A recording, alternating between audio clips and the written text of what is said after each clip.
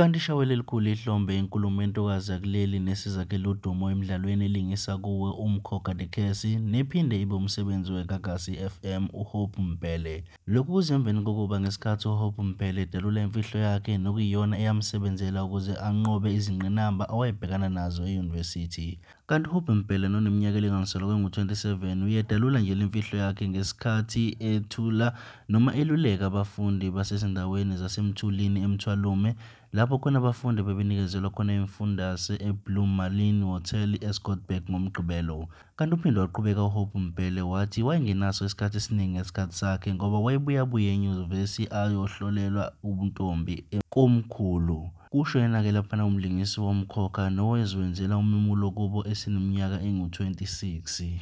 Kanti uphinde washo futhi ukuthi nalabo ababembuza ukuthi wayezizwa kanjani uma ngabe beveza amabele emidlalweni ababelingisa kuwo kushaka ilembe, kanti ubesechaza ukuthi wayengenankinga ngoba vele ubekujwayele ukuthi ahambe ngamabele ngesikhathi esahlolwa. Kanti uphinde uHope Mpele wabonga kakhulu inkosi yaseMthulini nokuyiyona eqhakambise umkhankaso wokwehlolwa kwezintombi nokuthi ziye emhlangeni. Kanti uphinde washo wathi iziyalo zenkosi izona ezimenze waba kulesi sigaba akusona sempilo. Kanti uphinde wagcizelela enkulumeni yakhe yokukhuthaza abafundi ukuthi uyabacela baqaphele abantu abadala futhi babagweme kulabo ababaheha ngemali.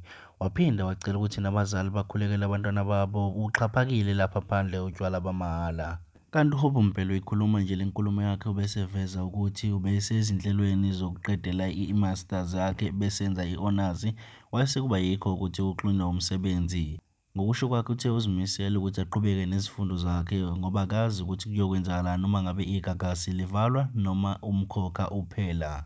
Kanti kulo mkomeliso obowenzela abafundi abahlanu bakonyeliswe ngemali engango-100,000 ngabanye banikezwa ama-laptop kanye nama-cellphone, kwase kuthi abangu-12 banikezwa umfundaze olinganiselwa ku-6,000 ngabanye.